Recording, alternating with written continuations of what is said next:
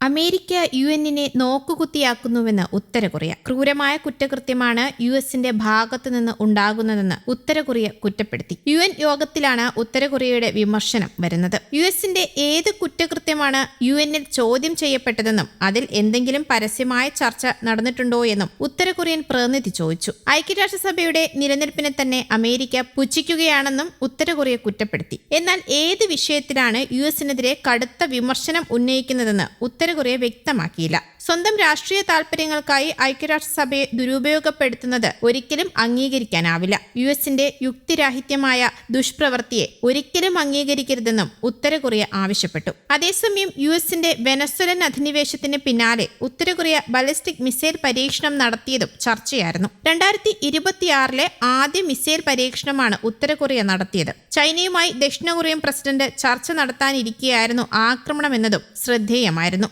ഉത്തര Korean തലസ്ഥാനമായ പോങ്യാങ്ങിൽ നിന്നും പ്രാദേശിക സമയം 7:50 മിസൈൽ തൊടുത്തത്. ഉത്തര കൊറിയ തൊടുത്ത മിസൈൽ 900 കിലോമീറ്റർ സഞ്ചരിച്ചുവെന്നാണ് റിപ്പോർട്ടുകൾ. സ്ഥിതി സൂക്ഷ്മമായി നിരീക്ഷിക്കുകയാണെന്ന് ദക്ഷിണ കൊറിയയും യുഎസും പ്രതികരിച്ചു. മിസൈൽ പരീക്ഷണത്തിന് പിന്നാലെ ദക്ഷിണ കൊറിയ ഉന്നതതല യോഗവും വിളിച്ചിട്ടുണ്ട്. ഇതുമായി ബന്ധപ്പെട്ട കൂടുതൽ വിവരങ്ങൾ യോഗത്തിൽ ചർച്ച ചെയ്യും. മിസൈൽ പരീക്ഷണമുണ്ടായ വിവരം ജപ്പാനും സ്ഥിരീകരിച്ചിരുന്നു. നവംബറിന് ശേഷം ഇതാദ്യമായാണ് ഉത്തര കൊറിയ മിസൈൽ പരീക്ഷണം നടത്തിയത്. വെനസ്വേലയിലെ നാടകീയമായ രാഷ്ട്രീയ നീക്കങ്ങൾക്കും പ്രസിഡന്റിനെ പിടികൂടിയതിനും പിന്നാലെ താനാണ് രാജ്യത്തിന്റെ ആക്ടിംഗ് പ്രസിഡന്റ് എന്ന അവകാശവാദവുമായി അമേരിക്കൻ പ്രസിഡന്റ് ഡൊണാൾഡ് ട്രംപ് രംഗത്ത് വന്നതും ചർച്ചയായി. സമൂഹ മാധ്യമമായ ട്രൂത്ത് സോഷ്യലിൽ പോസ്റ്റ് ചെയ്ത എഡിറ്റഡ് ഇമേജിലായിരുന്നു ട്രംപിന്റെ ഈ അവകാശവാദം. വെനസ്വേലയിൽ നിലവിൽ ആക്ടിംഗ് പ്രസിഡന്റ് ഉണ്ടായിരിക്കെയാണ് ട്രംപിന്റെ ഈ പ്രഖ്യാപനവും വരുന്നത്. വിക്കിപീഡിയയിലെ പ്രൊഫൈലിൽ വെനസ്വേലയുടെ ആക്ടിംഗ് പ്രസിഡന്റ് എന്ന് കൂട്ടിച്ചേർത്തിരിക്കുന്ന എഡിറ്റഡ് സ്ക്രീൻഷോട്ട് ഇമേജിനൊപ്പമാണ് 2026 ജനുവരി മുതൽ വെനസ്വേലയുടെ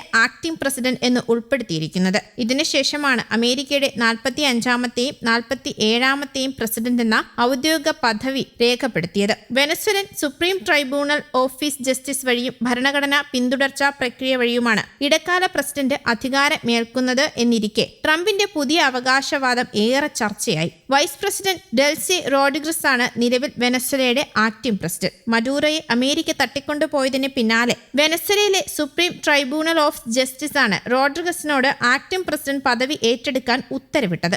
ജനുവരി 3 പുലർച്ചെ 2 സൈനിക നീക്കത്തിലൂടെ തലസ്ഥാനമായ കാരക്കാസ് ആക്രമിച്ച് പ്രസിഡന്റ് നിക്കോളാസ് മഡൂറോയെയും ഭാര്യയെയും തട്ടിക്കൊണ്ടുപോയത്.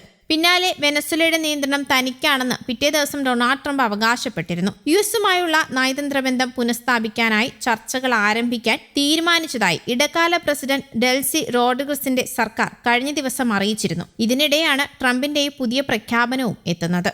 News desk Kerala Kaumudi.